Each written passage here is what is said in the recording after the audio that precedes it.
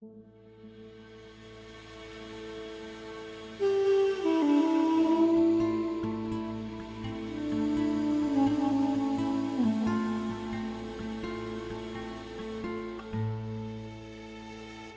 الله الرحمن الرحيم الحمد لله رب العالمين وصلى الله على سيدنا محمد النبي الأمين وعلى آله وصحبه والتابعين وبعد أيها الملأ الكريم السلام عليكم ورحمة الله وبركاته.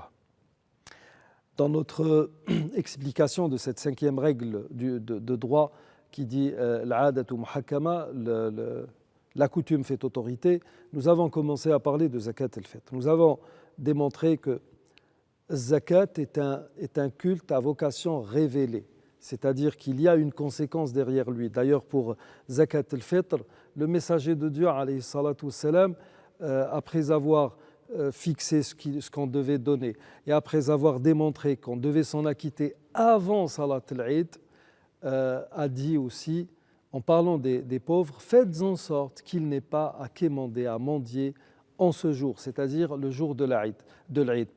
Et ceci veut dire que nous sommes censés concourir, faire en sorte que les plus démunis d'entre nous jouissent des faveurs, de l'ambiance festive de ce jour comme nous sommes en mesure de le faire vu ce que Dieu nous a accordé comme bienfait.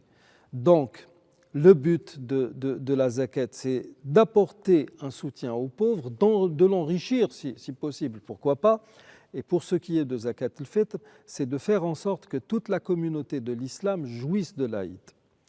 Eid al-Fitr est une fête où il y a ce que nous appelons en langue arabe tawsi'a, c'est-à-dire que nous sommes censés faire preuve de largesse avec les nôtres, donner de l'argent, faire des cadeaux et aussi habiller, parer les enfants de nouveaux habits.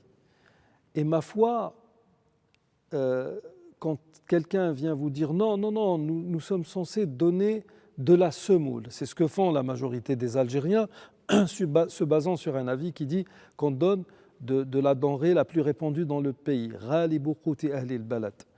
Et malheureusement, nous avons vécu des années où nos pauvres, nos démunis se sont retrouvés avec pratiquement plusieurs quintaux de semoule, mais leurs enfants étaient malheureux du fait qu'ils voyaient les autres avec de beaux habits alors qu'eux ne les avaient pas.